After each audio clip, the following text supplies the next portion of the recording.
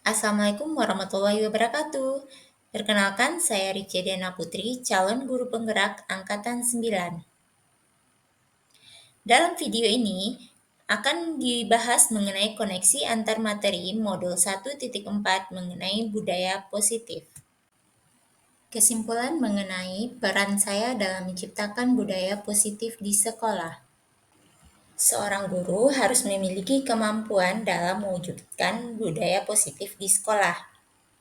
Budaya positif tersebut dapat dijalankan dengan menerapkan konsep-konsep inti seperti disiplin positif, memahami motivasi perilaku manusia berkaitan dengan hukuman dan penghargaan, posisi kontrol seorang guru, pembuatan keyakinan sekolah atau kelas, dan penerapan segitiga restitusi dalam penyelesaian masalah. Yang pertama, disiplin positif. Disiplin positif dapat mengajarkan anak untuk dapat bertanggung jawab dan menumbuhkan kesadaran diri berdasarkan nilai-nilai kebajikan. Selain itu, disiplin positif juga dapat mengontrol diri dalam bentuk tindakan dan perilaku. Disiplin positif juga bisa membuat murid memahami dan menyadari motivasi internal bukan akibat paksaan, pujian, ataupun hukuman. Kedua, kebutuhan dasar manusia. Manusia memiliki kebutuhan-kebutuhan dasar yang harus terpenuhi dengan sebagaimana mestinya. Yang pertama, ada kebutuhan untuk bertahan atau melanjutkan hidup. Kedua, ada kebutuhan akan cinta dan kasih sayang. Tiga, ada kebutuhan akan kesenangan. Empat, ada kebutuhan akan kebebasan. Dan terakhir, ada kebutuhan akan kekuasaan.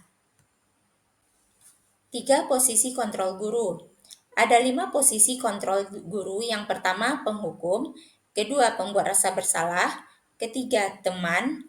Keempat, pemantau. Kelima, manajer. Sebagai seorang guru, hendaknya memiliki posisi kontrol yang ideal, yakni sebagai manajer.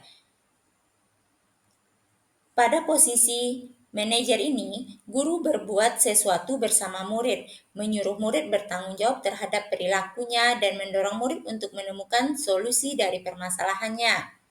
Posisi manajer mengacu pada restitusi yang dapat menjadikan murid sebagai manajer bagi dirinya sendiri sehingga terciptanya identitas positif. 4. Keyakinan kelas. Keyakinan kelas merupakan kesepakatan yang dibuat bersama untuk dapat menciptakan budaya positif di kelas ataupun di sekolah. Guru berperan dalam mewujudkan terbentuknya keyakinan sekolah atau kelas dengan adanya kesepakatan bersama. Keyakinan sekolah atau kelas berupa pertanyaan universal yang mudah diingat, dipahami, diterapkan secara senang oleh semua anggota kelas ataupun anggota sekolah. 5. Segitiga restitusi. Dalam penerapan segitiga restitusi, di sini guru berperan sebagai manajer menggunakan segitiga restitusi dalam menyelesaikan masalah melalui 4 tahapan. Yang pertama, menstabilkan identitas. Kedua, memvalidasi tindakan yang salah. Dan terakhir, menanyakan keyakinan. Nah, segitiga restitusi ini bertujuan untuk menghasilkan murid yang mandiri dan bertanggung jawab. Keterkaitan materi budaya positif ini dengan 3 materi sebelumnya. Yang pertama, keterkaitan dengan filosofi Ki Hajar Dewantara.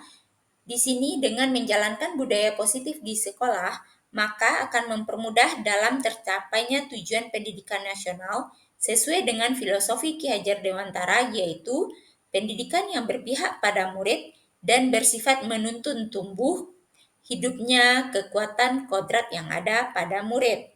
Selanjutnya berkaitan dengan nilai dan peran guru penggerak. Budaya positif dapat terwujud jika seorang guru memiliki 5 nilai guru penggerak, diantaranya berpihak pada murid, mandiri, reflektif, kolaboratif, dan inovatif.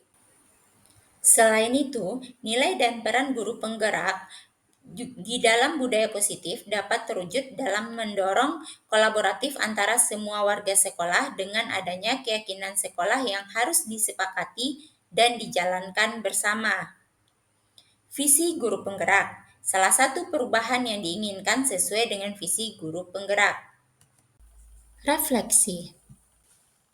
Setelah saya mempelajari modul 1.4 mengenai budaya positif, saya sudah memahami dengan baik semua konsep terkait budaya positif, baik teori kontrol, teori motivasi, hukuman dan penghargaan, posisi kontrol, kebutuhan dasar manusia, keyakinan kelas, dan segitiga restitusi. Budaya positif ini harus benar dipahami dan diterapkan dalam kehidupan lingkungan, terutama lingkungan sekolah oleh setiap guru.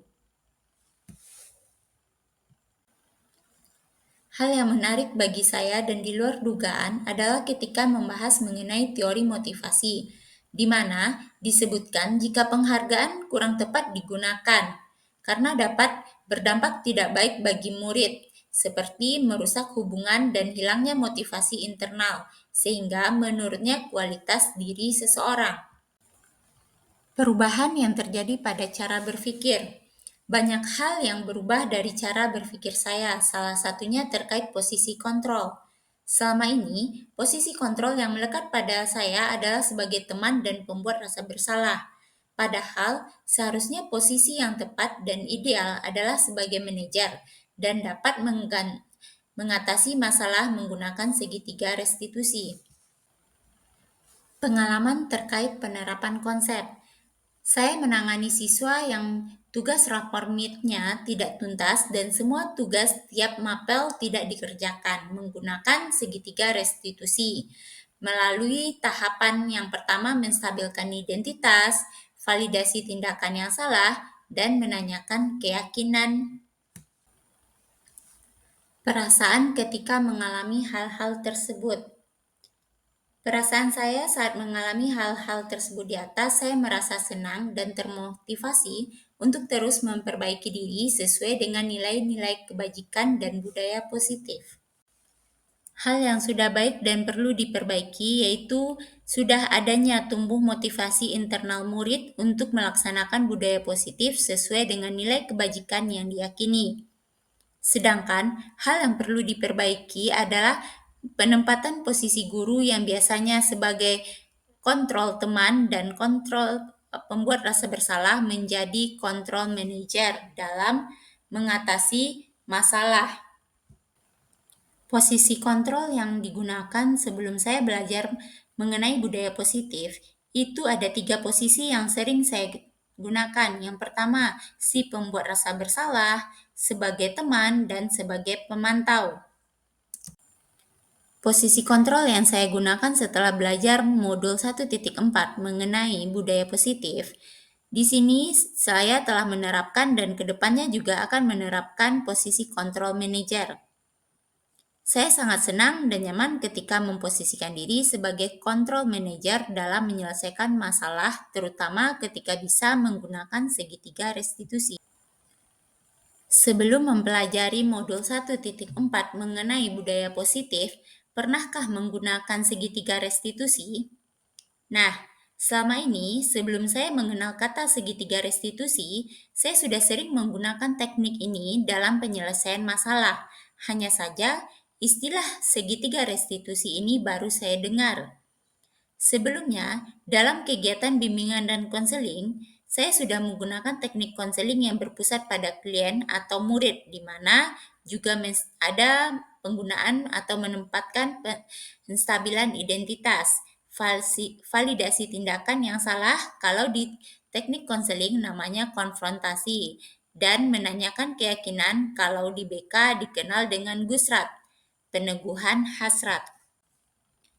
Hal lain yang dirasa perlu, menurut saya, semua materi yang ditampilkan atau dipaparkan pada modul 1.4 mengenai budaya positif ini sudah sangat ringkas dan mudah dipahami. Tinggal bagaimana penerapannya di lingkungan sekolah atau di lingkungan tempat kita tinggal.